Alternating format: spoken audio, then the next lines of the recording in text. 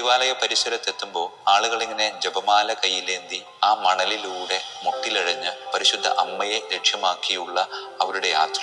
ആ യാത്ര ചെയ്യുന്ന ഓരോ വിശ്വാസിയും പറയാതെ പറയുന്ന ഒരു കാര്യമുണ്ട്. ഉള്ളിലെ സങ്കടക്കടൽ അത് ആ അമ്മയിലേക്കൊന്ന് എത്തിച്ചു കിട്ടിയാൽ അതിനൊരറുതി ഉണ്ടാകും, ഒരാശ്വാസം ഉണ്ടാകും, ഒരു തീർപ്പുണ്ടാകും എന്ന വലിയ സത്യമാണ്. പ്രിയമുള്ളവരെ, ഈ ആലയം ഇത്രമാത്രം അറിയപ്പെടാൻ കാരണമായ ഒന്ന് രണ്ട് അത്ഭുതങ്ങളുണ്ട്. 16-ാം നൂറ്റാണ്ടിലും 17-ാം നൂറ്റാണ്ടിലും നടന്ന 3 അത്ഭുതങ്ങൾ. ഒരു ഹൈന്ദവനായ ഒരു കുട്ടിയുടെ മുമ്പിൽ അമ്മ പ്രത്യക്ഷപ്പെട്ടതാണ്. ഈ കുട്ടിയുടെ പ്രത്യേകത എന്ന് പറയുന്നത്, വീട്ടിലെ പ്രാരാബ്ധം കാരണം വീട്ടിലുള്ള പശുവിന്റെ പാല് ഒരുപാട് ദൂരം മൈലുകൾ താണ്ടി നടന്ന് ധനികനായ ഒരുവന്റെ വീട്ടിൽ കൊണ്ടുചെന്ന് വിൽക്കും. എല്ലാ ദിവസവും അവനിങ്ങനെ കഷ്ടപ്പെട്ട് പൊരിവെയിലത്ത് ഇങ്ങനെ നടന്നു പോകേണ്ടതുണ്ട്. ഒരു ദിവസം ഇങ്ങനെ നടന്നു പോകുമ്പോൾ അവൻ വല്ലാതെ ക്ഷീണിതനായി തൊട്ടടുത്ത ഒരു മരത്തിന്റെ താഴെ അവൻ വിശ്രമിക്കുമ്പോൾ സൂര്യനെ പോലെ ശോഭയുള്ള ഒരു സ്ത്രീ കൈക്കുഞ്ഞുമായി വന്ന് അവനോട് പറയുന്നുണ്ട്, മോനെ, ഈ കുഞ്ഞിന് വല്ലാതെ വിശക്കുന്നുണ്ട്, മോന്റെ കയ്യിലിരിക്കുന്ന പാല് കുറച്ച് തരാം.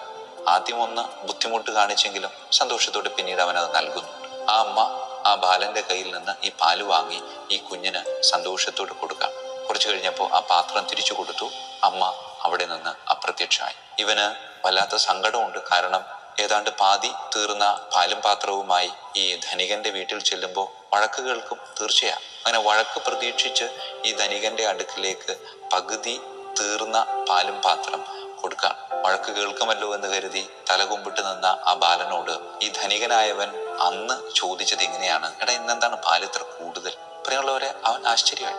വഴക്ക് കേൾക്കും പാല് കുറവായതിന്റെ പേരിൽ എന്ന് പ്രതീക്ഷിച്ചവൻ പാല് കൂടുതലാണല്ലോ എന്ന് ധനികൻ പറഞ്ഞപ്പോൾ അവനും ആകാംക്ഷയായി. പാത്രം തുറന്നു നോക്കിയപ്പോൾ സാധാരണ കൊണ്ടുവരാറുള്ളതിനേക്കാൾ കൂടുതൽ പാല് അവൻ അതിൽ കാണാം.